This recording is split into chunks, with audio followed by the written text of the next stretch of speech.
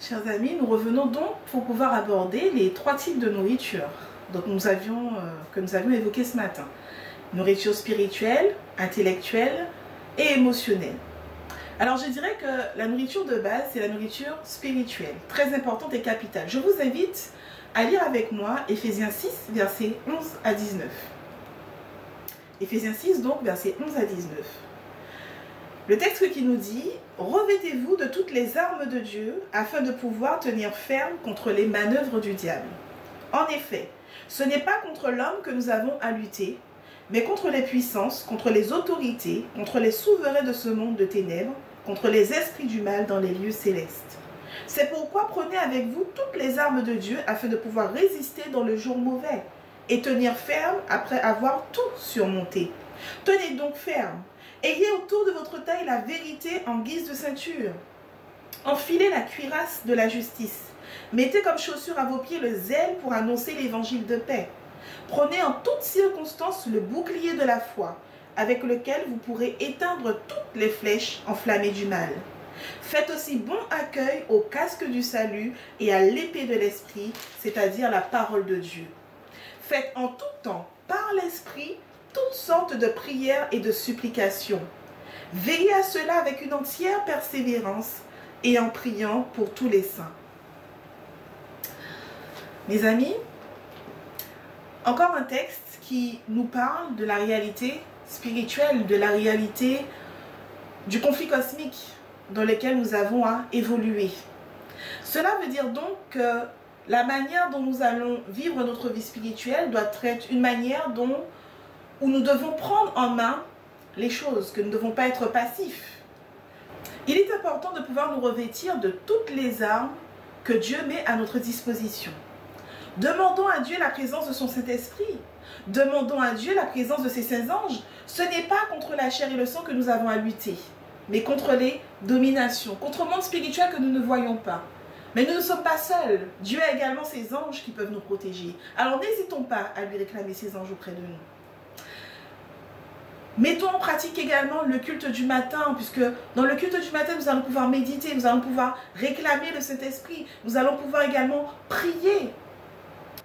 La prière personnelle, la prière en famille, la prière en couple. Beaucoup de familles d'ailleurs ne pratiquent pas le culte du matin et du soir. Beaucoup de parents également laissent leurs enfants même sortir de chez eux sans avoir prié. Mais savez-vous vraiment que le diable n'attend que ça ? Que nous soyons sans couverture, sans protection? N'hésitons pas à demander et à réclamer à Dieu son armure spirituelle. Le diable déteste les chrétiens, mes amis. Il déteste ceux qui invoquent le nom de Jésus-Christ. Par conséquent, nous ne pouvons pas sortir de chez nous sans avoir réclamé à Dieu sa protection. Déjà nos gardes du corps, les anges, mais également son armure spirituelle dont il est fait mention également dans Éphésiens 6, versets 11 à 19. Aujourd'hui, s'il y a autant de problèmes entre les parents et les enfants, dans les couples, dans les familles, c'est souvent parce qu'il n'y a pas suffisamment de prière. Il y a également une absence de temps de jeûne. Il y a de la puissance dans le jeûne et dans la prière. Utilisons donc tous les outils, toutes les armes que Dieu met à notre disposition pour pouvoir combattre. Nous ne pouvons pas combattre du spirituel avec du charnel. Nous devons combattre le spirituel avec le spirituel. Mon ami, si ça ne va plus avec tes parents, avec ton épouse, avec ton époux, avec les personnes qui sont autour de toi, mets-toi en jeûne et en prière. Humilie-toi devant le Seigneur. Adresse-toi au Maître, le Maître de l'univers, le Maître de l'amour agapé. Vous savez, ce sont les bonnes ou les mauvaises habitudes qui forgent un caractère. Alors prends la décision et prends les bonnes habitudes. Il est plus que nécessaire pour nous aujourd'hui d'étudier la parole de Dieu. Je dis bien étudier et non pas lire la Bible. Nous avons pour habitude de dire que c'est en mangeant que l'appétit vient. Le Saint-Esprit, ne vous inquiétez pas, vous apprendra à aimer la parole de Dieu, à être fasciné par la parole de Dieu. Petit à petit, vous deviendrez des passionnés de Dieu. Nourrir sa vie spirituelle, c'est aussi partager des moments de fraternité, de témoigner pour Dieu, de dire ce qu'il a fait pour nous. C'est également d'aider ceux qui en ont besoin. C'est également distribuer par exemple des denrées alimentaires, répondre aux besoins des nécessiteux. Car la Bible déclare et dit à ce sujet qu'il y a plus de bonheur à donner qu'à recevoir. Parlons maintenant et évoquons ensemble la nourriture intellectuelle et mentale. Que lisons-nous? Que regardons-nous? Comment et de quoi nous nourrissons notre intellect? Prends l'exemple des séries, des feuilletons. Il y en a qui sont faits de telle sorte qu'ils hypnotisent ceux qui les regardent, ou en tout cas qui laissent entrer des pensées et qui ont des influences sur l'esprit, influence bien sûr de l'ennemi. Et souvent ce sont des influences qui sont subtiles et souvent inconscientes. Parlons également, nous pouvons parler aussi des livres, des romans, qui peuvent susciter en nous certaines fascinations. On y pense tout le temps, on l'avale, on le boit, on fantasme. Les sorties, les loisirs. De quoi nourrissons-nous notre intellect? Abordons maintenant la question de la nourriture émotionnelle. Dieu nous a créés à son image. Il nous a donc créés avec des émotions. Dieu a créé donc les émotions que nous ressentons. Les 4 émotions principales qui ont été identifiées par l'homme, c'est la joie, la tristesse, la colère et la peur. Les émotions.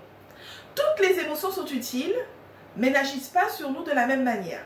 La colère, par exemple, permet d'exprimer un désaccord. La peur, elle, lorsqu'elle n'est pas tétanisante, permet de libérer dans le corps de l'adrénaline qui permettra de faire face à un danger ou de se surpasser. Les émotions sont utiles dans les relations humaines pour mieux communiquer avec les autres, mieux se comprendre. Exprimer un accord, un désaccord, faire preuve d'empathie. On ne choisit pas de ressentir une émotion. Elle est, sauf cas exceptionnel, innée. Nous avons tous déjà ressenti au moins une fois dans notre vie la joie, la peur, la colère, la tristesse. Le meilleur exemple dans la gestion des émotions est dans la Bible. Il s'agit de Jésus lui-même. Car Jésus, étant venu sur terre en tant qu'homme, ressentait les émotions comme nous. Et il avait quand même une gestion différente de nous.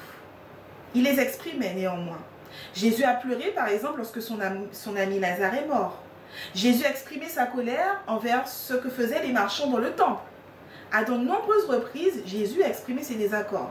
Mais ce qui était important, c'est la maîtrise qu'avait Jésus de ses émotions. Face à un public, face à une situation dangereuse, menaçante pour lui et pour sa vie, il gardait un calme divin.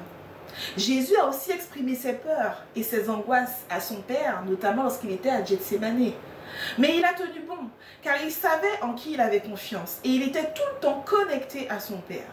Tout au long de lui, Jésus aura fait preuve d'empathie envers ses amis comme ses ennemis. Alors en tant que jeune chrétien, comment gérer ses émotions? Est-ce que j'arrive à identifier les émotions que je ressens? Par exemple, j'ai un problème dans ma famille avec mes parents, mon conjoint.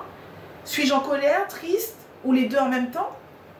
Est-ce que j'exprime toujours ce que je ressens? Mais surtout, comment je l'exprime? Comment gérer? Alors, le stress et la colère, on peut très bien pratiquer des activités sportives, se relaxer, se confier, passer ou alors décider de passer aussi ses nerfs sur sa famille, ses parents, son conjoint, sa femme, son époux. La tristesse. Il est indispensable de ne pas culpabiliser lorsque se sent triste. Jésus lui-même n'a-t-il pas été triste? Nous avons plusieurs dans la Bible d'hommes qui ont éprouvé et dû gérer et faire face à leur profonde tristesse. Par contre, il est tout aussi indispensable d'apprendre à gérer cette tristesse. Les drogues, la mauvaise nourriture, quelle qu'elle soit, agissent également sur le système nerveux et vont stimuler et renforcer les émotions. Si je suis triste ou en colère, quand je consomme de l'alcool, il y a de fortes chances qu'au moment de la descente, je sois encore plus en colère. Alors, comment savoir, toi, si tu gères bien tes émotions dans ta vie quotidienne? Je te donne quelques pistes.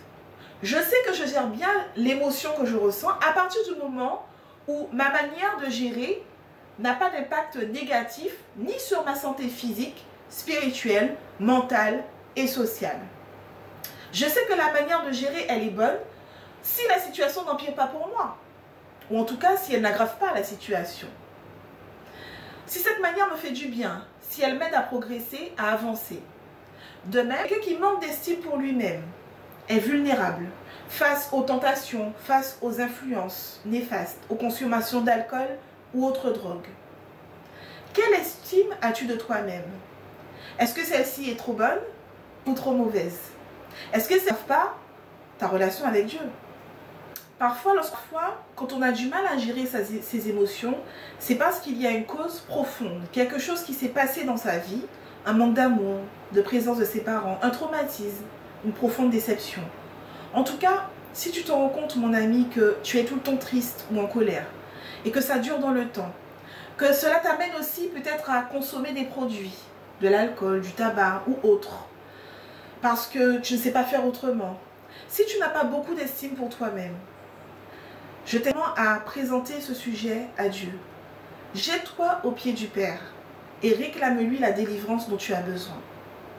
Tu peux également lui demander de t'orienter vers le professionnel qui pourra t'aider. Lui désire réellement te rendre libre. Que tu dois être en bonne santé pour pouvoir accomplir ta mission. Mes amis, ce que nous sommes en train d'aborder là, on est toujours dans l'optique de pouvoir glorifier Dieu.